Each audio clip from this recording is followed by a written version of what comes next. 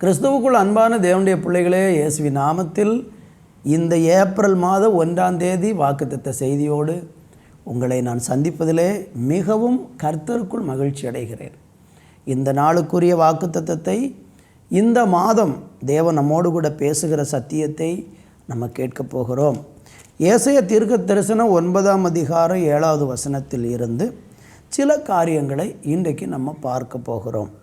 தாவீதின் சிங்காசனத்தையும் அவனுடைய ராஜ்யத்தையும் அவர் திடப்படுத்தி அதை இது முதற்கொண்டு என்றென்றைக்கும் நியாயத்தினாலும் நீதியினாலும் நிலைப்படுத்தும்படிக்கு அவருடைய கர்த்தத்துவத்தின் பெருக்கத்துக்கும் அதன் சமாதானத்திற்கும் முடிவில்லை.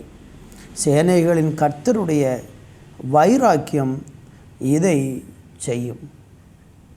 நம்ம வாசித்த இந்த வேத வசனத்தில் தாவீதின் ராஜ்யத்தை தேவன் திடப்படுத்துவேன் என்று சொல்லுகிறதை பார்க்கிறோம். இந்த வசனத்தினுடைய பின்னணியம் என்ன என்றால், முந்தின வசனத்தில் இயேசு கிறிஸ்துவனுடைய பிறப்பை பற்றி, இந்த பூமியில் அவர் வருவார், அவர் ராஜ்யத்தின் அல்லது தாவீதின் சிங்காசனத்தை அவர் ஸ்திரப்படுத்துவார், அவருடைய கர்த்தத்துவத்தின் பெருக்கமும் அதன் சமாதானத்திற்கும் முடிவிருக்காது, இதை கர்த்தருடைய வைராக்கியம் இதை செய்யும் என்று சொல்லுகிறதை பார்க்கிறோம். இன்றைக்கி நம்ம பார்க்க போகிற ஒரு காரியம் என்னவென்றால், கர்த்தருடைய வைராக்கியம் நம்முடைய வாழ்க்கையில் என்னென்ன காரியங்களை செய்ய போகிறது. இயேசு கிறிஸ்து இந்த பூமிக்கு வந்தார், சிலுவையிலே அவர் பாடுபட்டு மரித்து அடக்கம் பண்ணப்பட்டு அவர் எழுந்தார். இந்த நாட்களையும் கூட இயேசு கிறிஸ்துவின் பாடுகளை நம்ம தியானித்து கொண்டிருக்கிறோம். அவர் எப்படிப்பட்ட விதத்தில் பாடு அனுபவித்தார், எதற்காக மரித்தார் என்கிறது எல்லாம் இந்த நாட்களில் தியானிக்கிற இந்த நாட்களிலே இயேசு இந்த பூமியிலே வந்து சிலுவையிலே பாடுபட்டு அவர் மரித்ததின் நிமித்தமாக அவருடைய தாவீதினுடைய சிங்காசனத்தை, ராஜ்யத்தை அவர் இந்த உலகத்திலே ஸ்தாபித்ததை நம்ம பார்க்க முடியும். தாவீதை தேவனுடைய ராஜ்யத்தை ஸ்தாபிப்பதற்கு தேவன் ஒரு அடையாளமாக சொல்லுகிறதை பார்க்கிறோம். ஏனென்றால் தாவீது தேவனுடைய இருதயத்திற்கு ஏற்ற ஒரு மனுஷனாக இருந்தான். அவனை கொண்டு இஸ்ரவேலை ஆண்டவர் கட்டி எழுப்பினார். அதுபோலவே இயேசு கிறிஸ்துவையும் தாவீதோடு இணைத்து அநேக காரியங்கள் இடங்களில் சொல்லப்பட்டிருக்கிறதை பார்க்கிறோம்.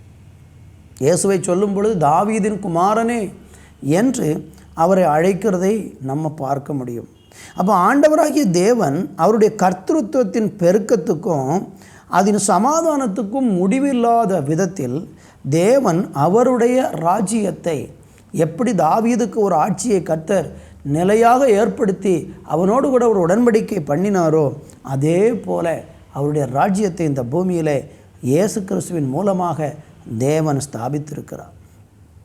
அதை செய்வது எதுவாம்? கர்த்தருடைய வைராக்கியம் அதை செய்கிறது என்று நம்ம பார்க்கிறோம்.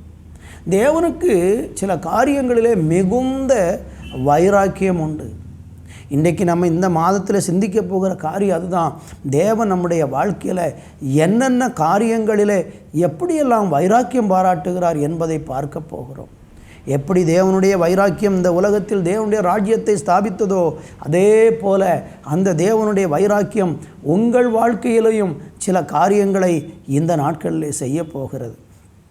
அது ஏசாயா தீர்க்க தரிசன புத்தகத்தில் 26வது அதிகாரத்தில் வாசிக்கும்போது 11வது வசனத்தில் இப்படி சொல்லப்பட்டிருக்கிறது: கர்த்தாவே, உமது கை ஓங்கி இருக்கிறது, அவர்கள் அதை காணாதிருக்கிறார்கள். ஆனாலும் உமது ஜனத்துக்காக நீர் கொண்ட வைராக்கியத்தை கண்டு வெட்கப்படுவார்கள், அக்கினி உம்முடைய சத்துருக்களை பட்சிக்கும். தேவன் தம்முடைய ஜனத்திற்காக வைராக்கியம் கொண்டிருக்கிறார் என்று இங்கே நம்ம பார்க்கிறோம். நம்முடைய தேவன் அவருடைய ஜனத்துக்காக மிகுந்த வைராக்கியம் உள்ளவராக இருக்கிறார்.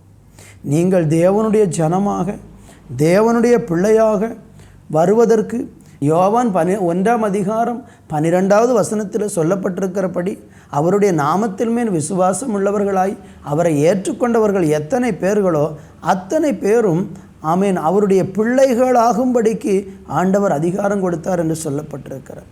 அப்படியானால் ஒரு மனுஷன் தேவனை ஏற்றுக்கொள்ளும் போது அவன் தேவனுடைய ஜனமாக அந்த ஜனத்தின் கூட்டத்தில் அவன் சேர்க்கப்படுகிறான். இந்த செய்தியை கேட்கிற நீங்கள் தேவனுடைய ஜனமாக அவருடைய ஜனத்தின் கூட்டத்தில் இன்று சேர்த்தாவிட்டால் இன்றைக்கு இயேசு கிறிஸ்துவை உங்களுடைய சொந்த இரட்சகரும் ஆண்டவருமாக ஏற்றுக்கொண்டு பாருங்கள். நீங்கள் தேவனுடைய ஜனமாக சேர்க்கப்படுவீர்கள். தேவனுடைய ஜனமாக நீங்கள் சேர்க்கப்படும் போது தேவன் என்ன செய்கிறார் என்றால் உங்களுக்காக மிகுந்த வைராக்கியம் உள்ளவராக மாறுகிறார். அவருடைய வைராக்கியம் இதை செய்திற்று என்று சொன்னபடி ஜனத்திற்காக நீர் கொண்டிருக்கிற வைராக்கியத்தை கண்டு அவர்கள் வெட்கப்படுவார்கள் என்று இப்பொழுது நம்ம படித்த வசனத்திலே பார்க்கிறோம். உங்களுக்காக தேவன் பாராட்டுகிற வைராக்கியத்தை பார்க்கும்போது புறஜாதிகள், தேவனை அறியாத ஜனங்கள் வெட்கப்பட்டு போவாங்க. அவர்களுடைய தேவன் அவர்களுக்காக எவ்வளவு வைராக்கியம் பாராட்டுகிறார் என்பதை மற்றவர்கள் காணும்படிக்கு தேவன் அதை செய்வார்.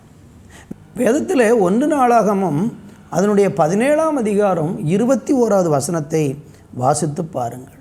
அங்கே சொல்லப்பட்டிருக்கிறது, உமது ஜனமாகிய இஸ்ரவேலுக்கு நிகரான ஜனம் உண்டோ?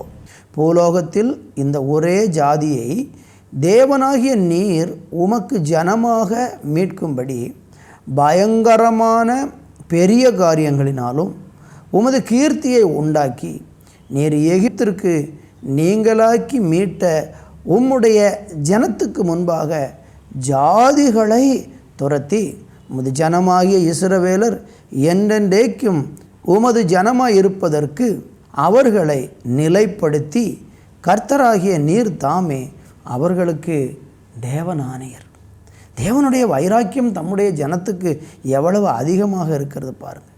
இந்த ஜனங்களை மீட்டு அந்த ஜனங்களை ரட்சித்து பயங்கரமான பெரிய காரியங்களை செய்து ஆண்டவருக்கு ஒரு கீர்த்தியை உண்டாக்கி இந்த ஜனத்தை கர்த்தர் நிலைவரப்படுத்தி அவர்களுக்கு தேவனாயிருக்கிறார் என்றால் இந்த தெய்வம் அவருடைய ஜனத்துக்காக கொண்டிருக்கிற வைராக்கியத்தின் நிமித்தம் என்னதெல்லாம் அவர்களுக்காக செய்கிறார் என்று பாருங்கள். நீங்கள் தேவனுடைய ஜனமாக இருக்கும் பொழுது உங்களுக்காக தேவன் வைராக்கியம் பாராட்டி அந்த வைராக்கியத்தின் நிமித்தம் உங்களுக்காக கர்த்தர் பயங்கரமான காரியங்களை அவர் செய்வார். பெரிய காரியங்களை உங்களுக்காக செய்வார். நீங்கள் விசுவாசிக்க முடியுமா? இன்றைக்கு அவரை நம்பி பாருங்கள்.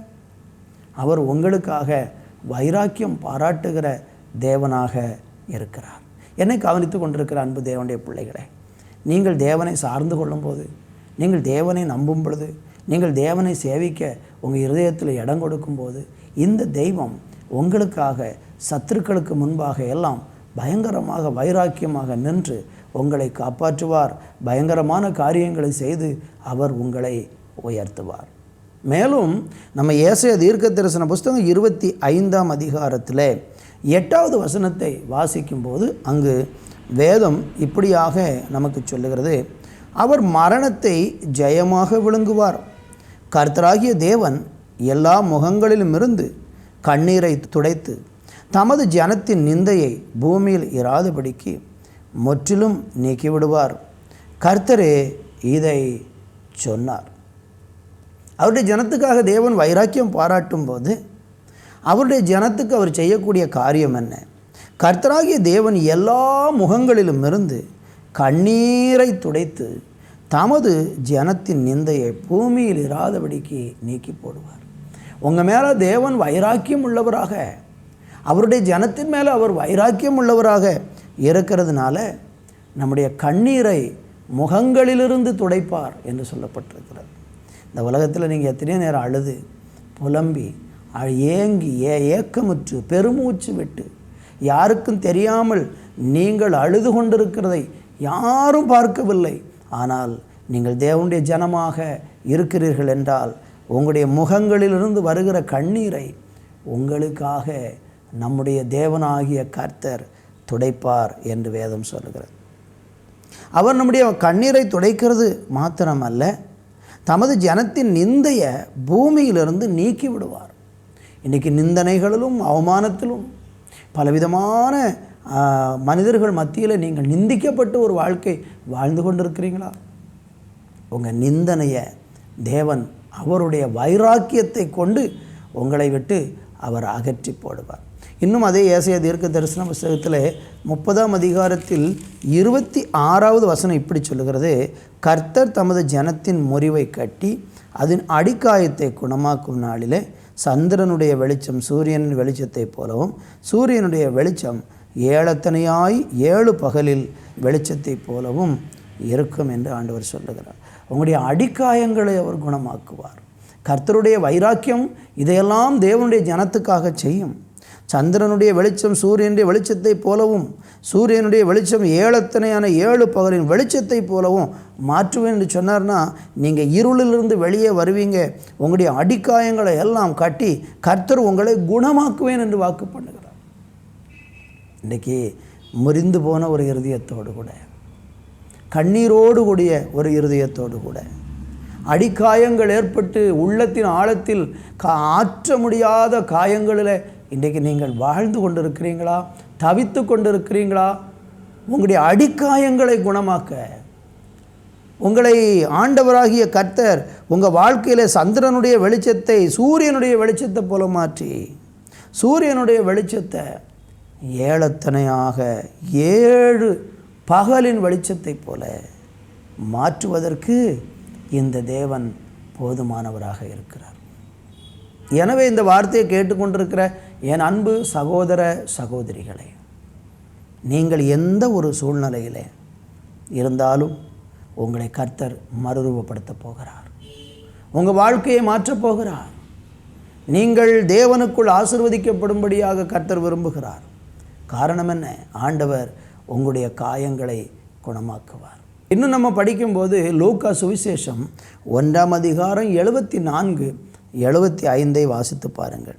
தமது ஜனத்தை சந்தித்து மீட்டு கொண்டு நம்முடைய சத்துருக்களின் நின்றும் நம்மை பகைக்கிற யாருடைய கையில் நின்றும் நம்மை ரட்சிக்கும்படிக்கு தம்முடைய தாசனாகிய தாவீதின் வம்சத்திலே நமக்கு ஒரு இரட்சணிய கொம்பை ஏற்படுத்தினார். அவருடைய ஜனத்துக்கு தேவன் என்ன செய்கிறார்? மீட்பை கொடுக்கிறார். சத்துருக்களுடைய பகைஞர்களுடைய கையில் நின்றும் தெய்வம் நம்மளை என்ன செய்கிறார்? ரட்சிக்கிறார். உங்களுக்காக வைராக்கியம் பாராட்டுகிற தெய்வம், நமக்காக வைராக்கியம் பாராட்டுகிற தெய்வம் நம்மளை அவருடைய ஜனமாக நாம் மாறியிருக்கிறது நிமித்தம் அவர் நம்மளை சத்துருக்களுடைய கையில் இருந்து தேவன் மீட்பார். அதற்காக தாவீதின் வம்சத்தில் ஒரு இரட்சணிய கொம்பை ஏற்படுத்தி இருக்கிறார். அது யாரு? அவர்தான் நம்முடைய ஆண்டவராகிய இயேசு கிறிஸ்து. இரட்சணிய கொம்பாக இந்த உலகத்திற்கு வந்தார், நம்மளை மீட்கும்படியாக. என்னை கவனித்து கொண்டிருக்கிற அன்பு தேவனுடைய பிள்ளைகளே, இந்த மாதத்தில் நீங்கள் விசுவாசிக்கிறீர்கள் என்றால் தேவன் உங்களுக்கு அந்த வார்த்தையை நிறைவேற்றப் போகிறார். உங்கள் குடும்பத்தில் அதை நிறைவேற்றப் போகிறார். உங்கள் பிள்ளைகளுக்கு அதை நிறைவேற்றப் போகிறார். தேவனுடைய வைராக்கியம் உங்கள் வாழ்க்கையில் இதை செய்யும். 2வது நம்ம படிக்கும் பொழுது யோவேலின் புஸ்தகம் 2ஆம் அதிகாரம் 18வது வசனத்தை வாசித்து பாருங்கள். அங்கு வேதம் சொல்லுகிறது, அப்பொழுது கர்த்தர் தமது தேசத்துக்காக வைராக்கியம் கொண்டு தமது ஜனத்தை கடாட்சிப்பார். அருமையான தேவனுடைய பிள்ளைகளே, ஆண்டவர் தம்முடைய தேசத்திற்காக, கர்த்தர் தமது தேசத்திற்காக வைராக்கியம் கொள்ளுவார் என்று இங்கே எழுதப்பட்டிருக்கிறார். இப்போ ஆண்டவர் எதில் வைராக்கியம் கொள்ள போகிறாரு? தேசத்துக்காக. தேசத்துக்காக வைராக்கியம் கொள்ளும்போது தன்னுடைய ஜனத்தை அவர் கடாட்சிக்கிறார். நம்முடைய தேசத்தில் எத்தனையோ தீமைகள் நடக்கலாம், எத்தனையோ அநியாயங்களும் அக்கிரமங்களும் தேசத்தில் நடக்கலாம். தேசத்தில் நடக்கிற காரியங்கள் எல்லாமே நன்மையானதாகவே இருக்காது. தேசம் இன்றைக்கு சீர்கட்டு போய் கிடக்கிறது. உலகம் இன்றைக்கு சீர்கட்டு போய் கிடக்கிறது. ஒரு பொல்லாத உலகத்தில் நம்ம வாழ்ந்து கொண்டிருக்கிறோம்.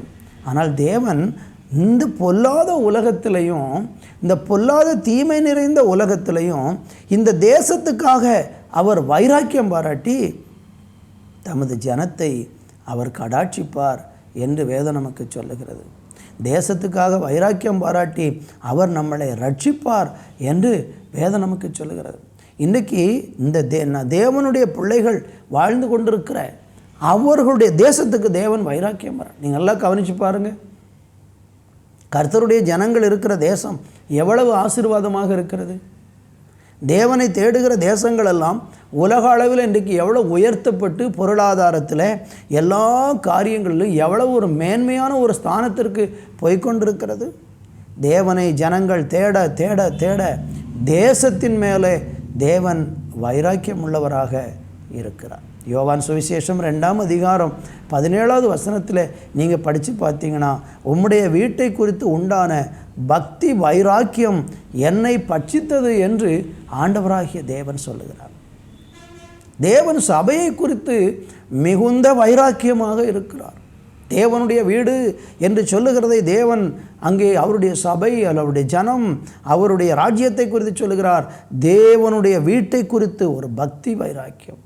இயேசு இந்த வார்த்தையை சொல்வதற்கு காரணம் என்ன?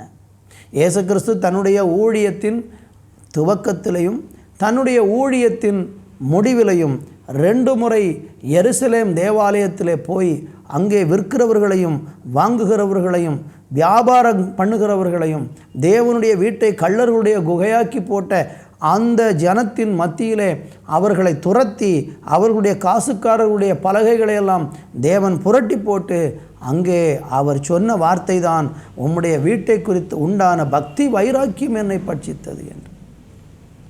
நீங்கள் தேவனுடைய வீட்டை கள்ளருடைய குகையாக்கி போட்டீர்கள் என்று அன்றைக்கு தேவனுடைய ஆலயத்தை வியாபார ஸ்தலமாக மாற்றினவர்கள் மேலே தேவன் பக்தி வைராக்கியம் உள்ளவராய் மாறினார்.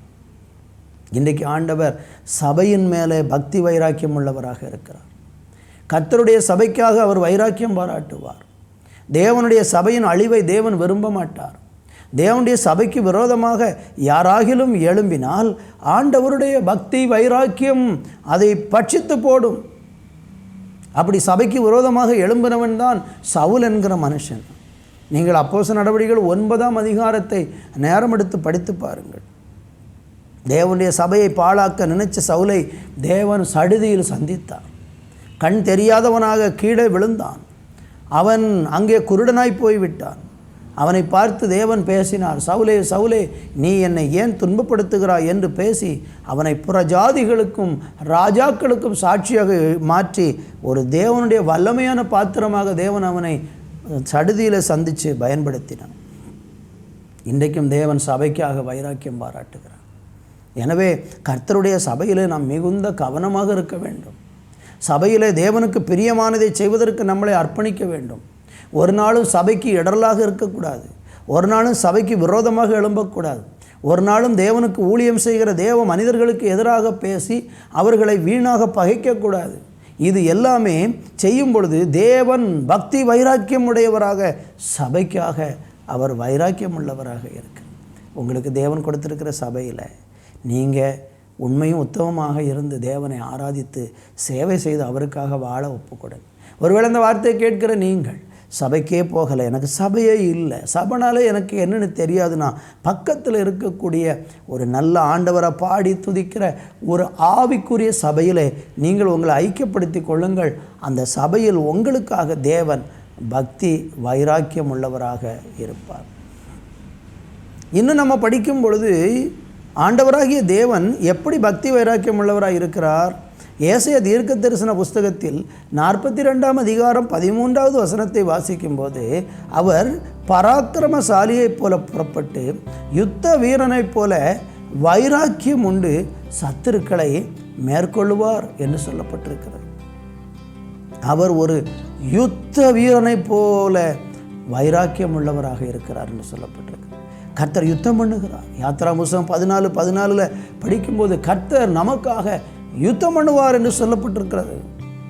இன்னும் 15:3 நீங்கள் படித்து பார்த்தீங்கன்னா அவர் யுத்தத்தில் சிறந்தவர் என்று சொல்லப்பட்டிருக்கிறது.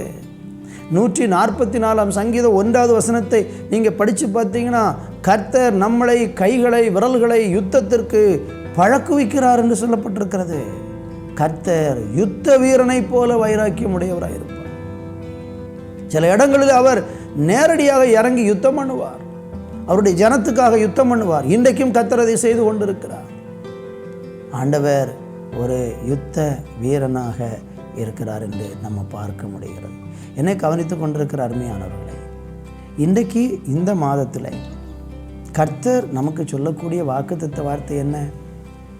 தேவன் அவருடைய ஜனத்துக்காக வைராக்கியமாக இருப்பார். இந்த வார்த்தையை பற்றி கொண்டு இந்த நாளில் நீங்கள் ஜெபம் பண்ணி பாருங்கள். எந்தெந்த இடத்துல உங்களுக்கு தேவன் வைராக்கியம் காட்டணுமோ அங்கெல்லாம் உங்களுக்கு வைராக்கியம் காட்டி உங்களை அவர் இந்த நாளில் மேன்மைப்படுத்தி ஆசீர்வதிப்பார். ஜெபிக்கலாமா?